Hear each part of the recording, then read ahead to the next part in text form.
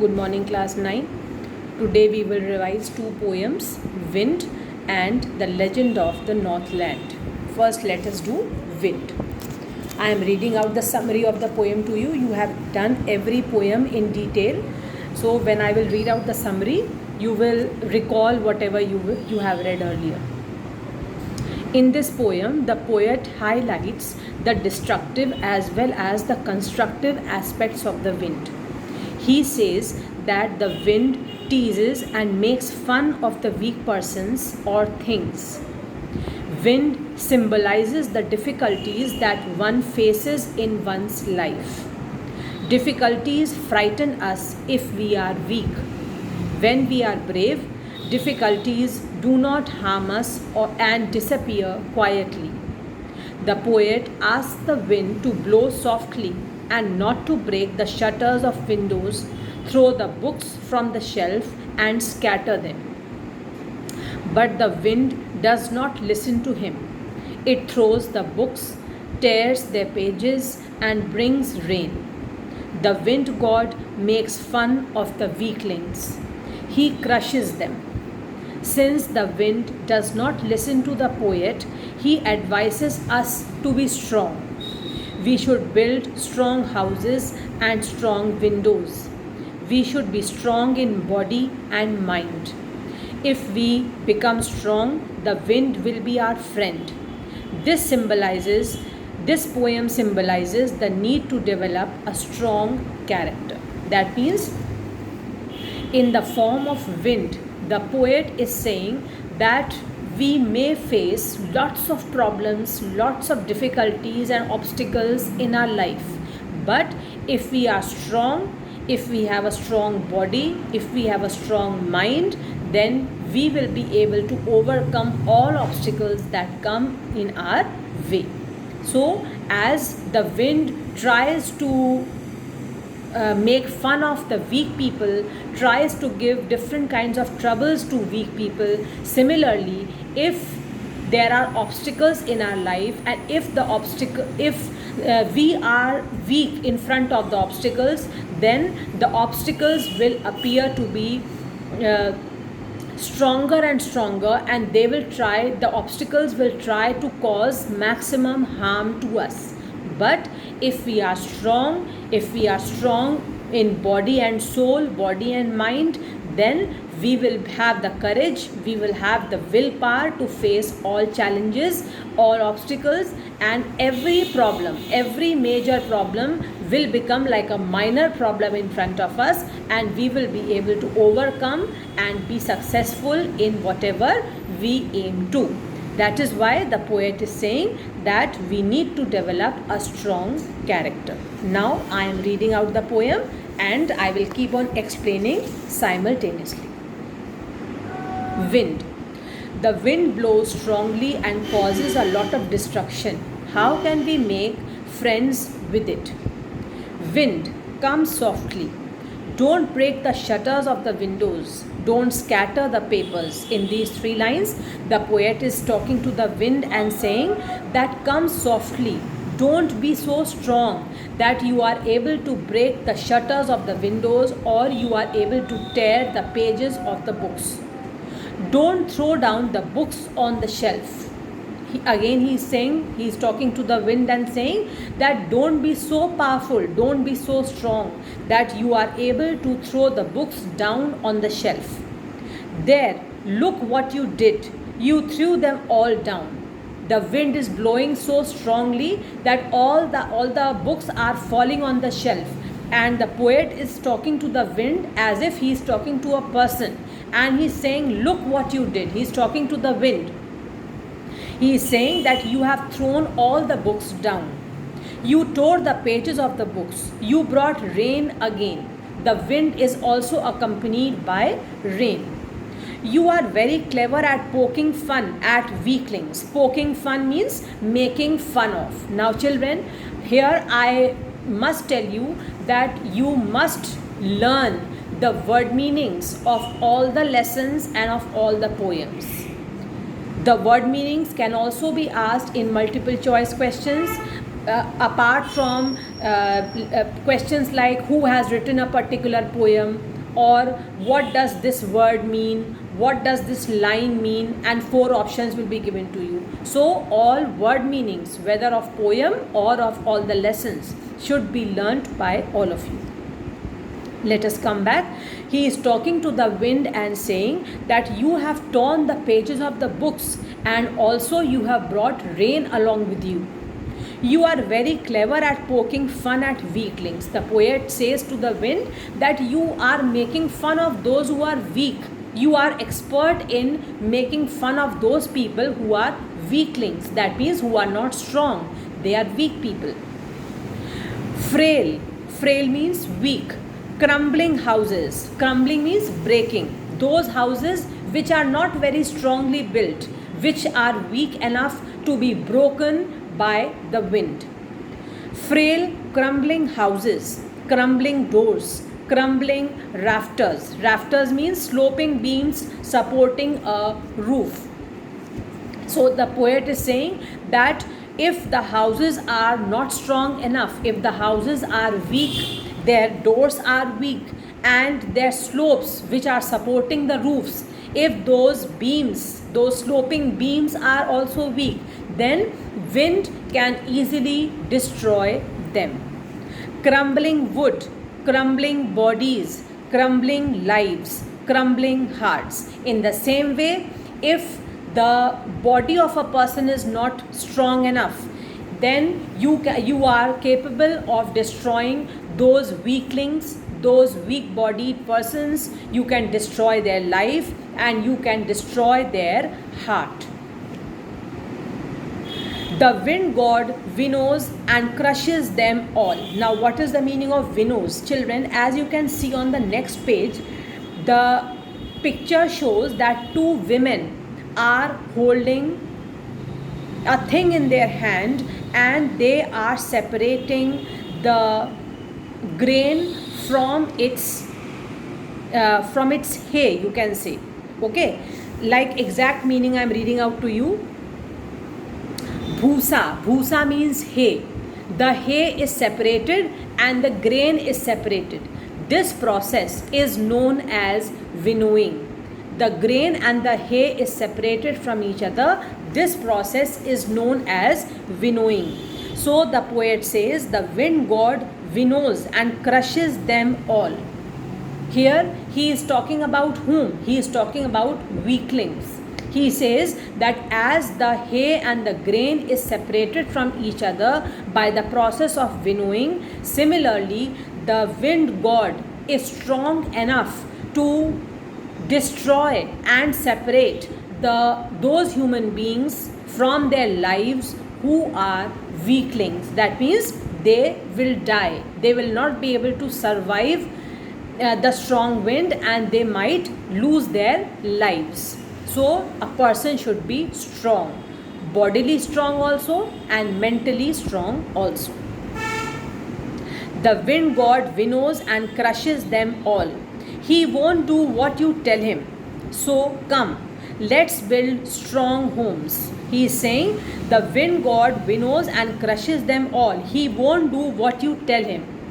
The wind god will not listen to you. He will not do what you will tell him. He will do what he has planned to do.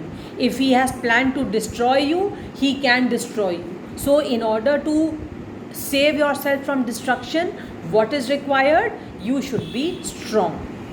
So come, let's build strong homes. First thing he is saying, the poet says, firstly, in order to save yourself from strong winds, you should have strong homes.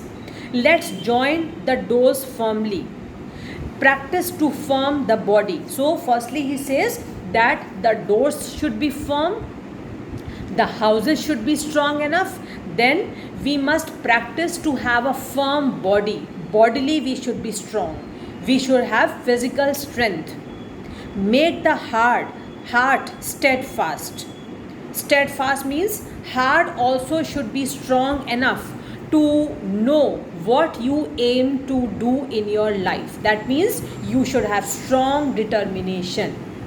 Here, steadfast heart means a person should be strong within. he should have strong determination, he should have strong willpower.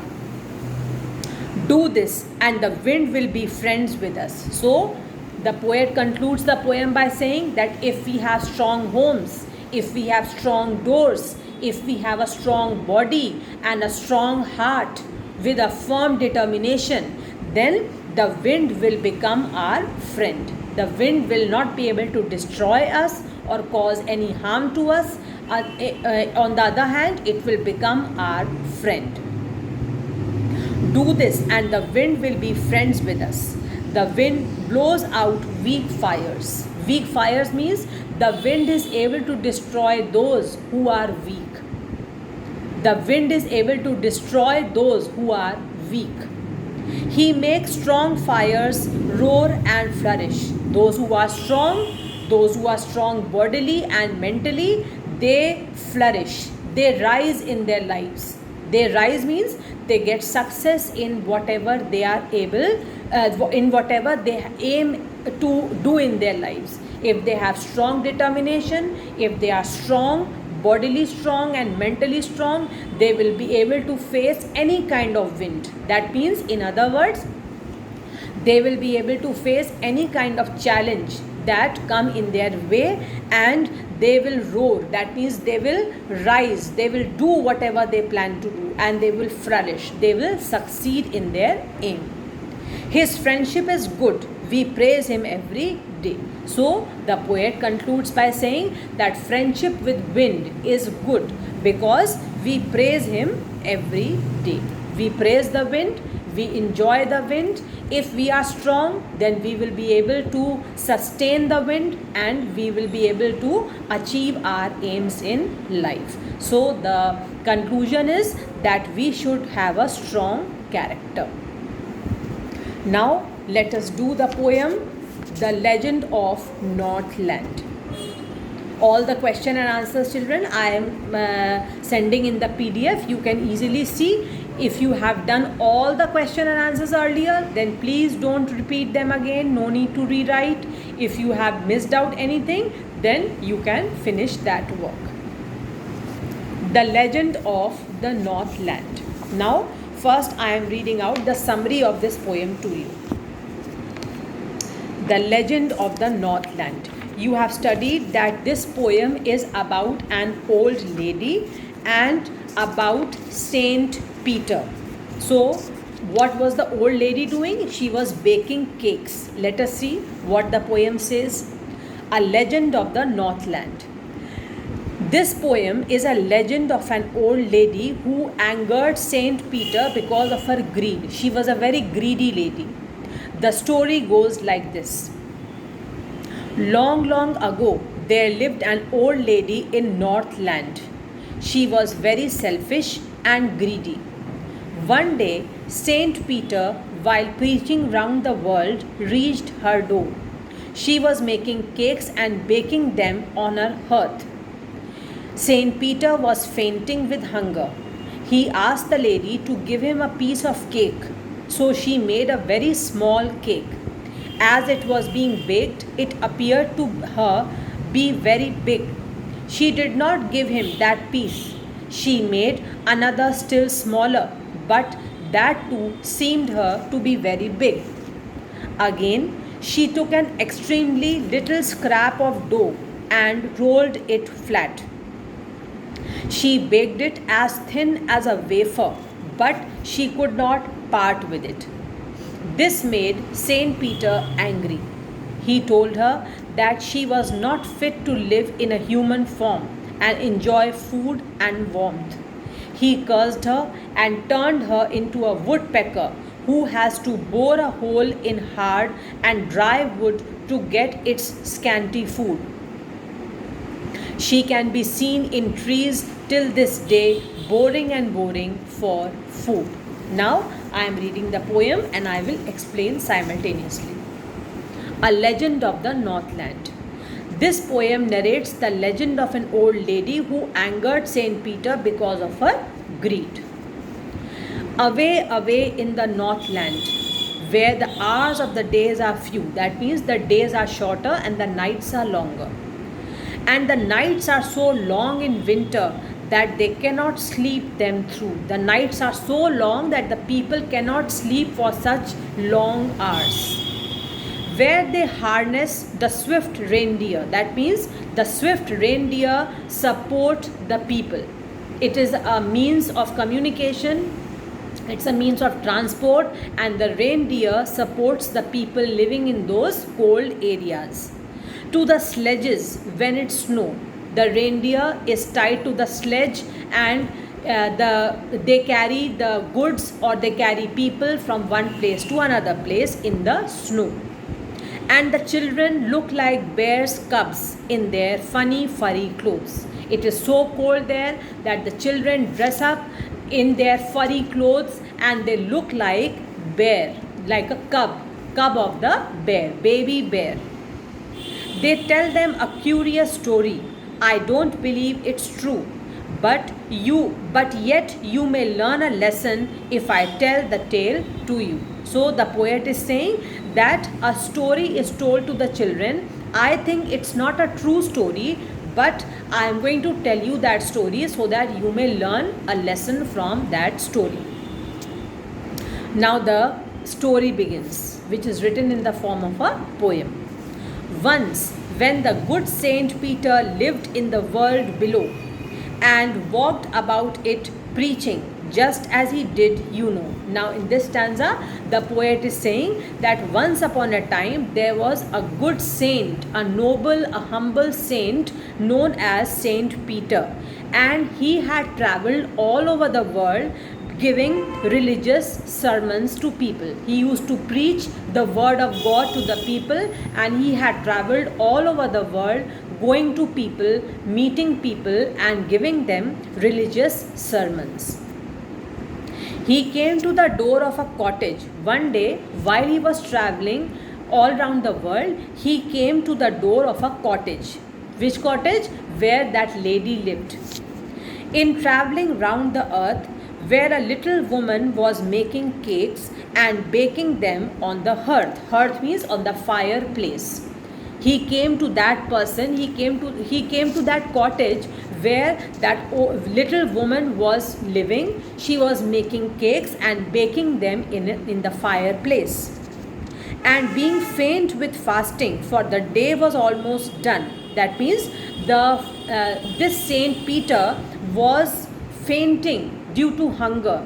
He had not eaten the whole day, and he was almost fainting due to hunger. And being faint with fasting, for the day was almost done, the day was almost over, and he had not eaten anything for the whole day. He asked her from her store of cakes to give him a single one.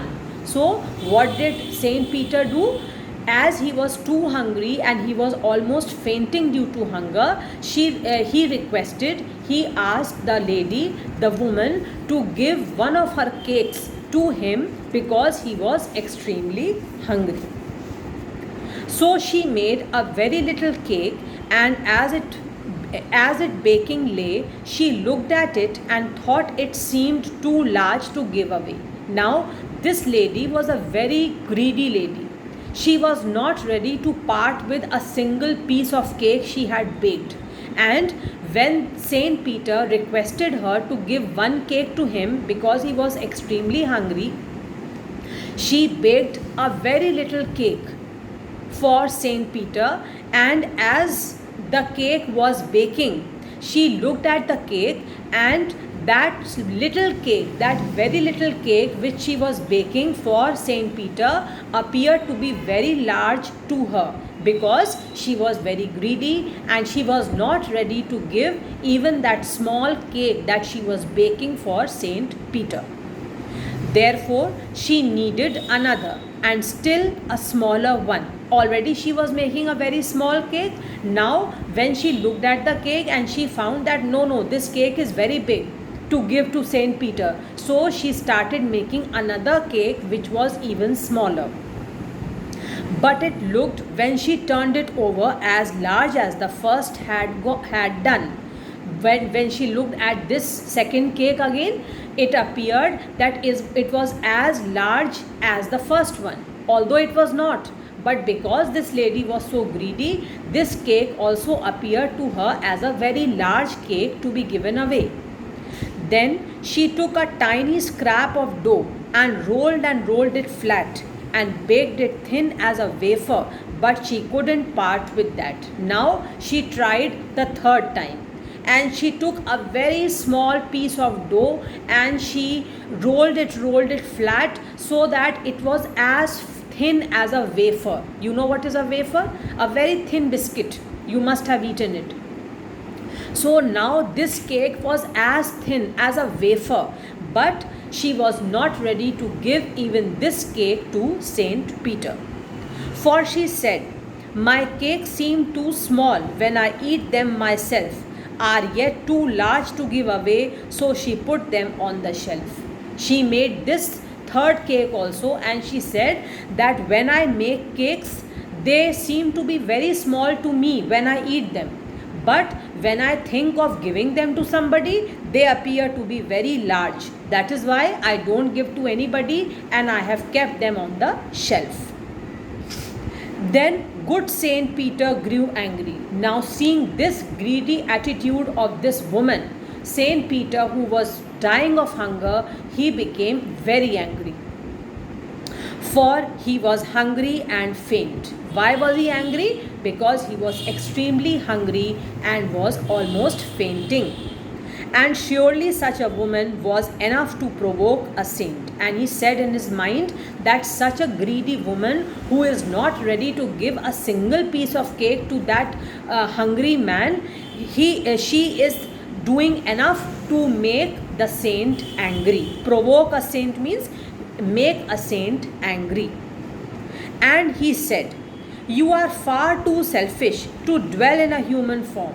Now he is very angry, and the saint is saying to the lady that you are so greedy, you are so selfish that you are not fit to be a human being. You don't deserve to be a human being because you are a selfish lady.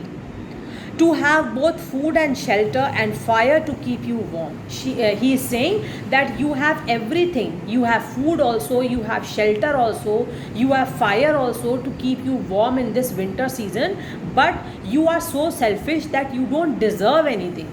You don't deserve so much of food, you don't deserve a house to stay, and you don't deserve warmth in this weather. Now you shall build as the birds do.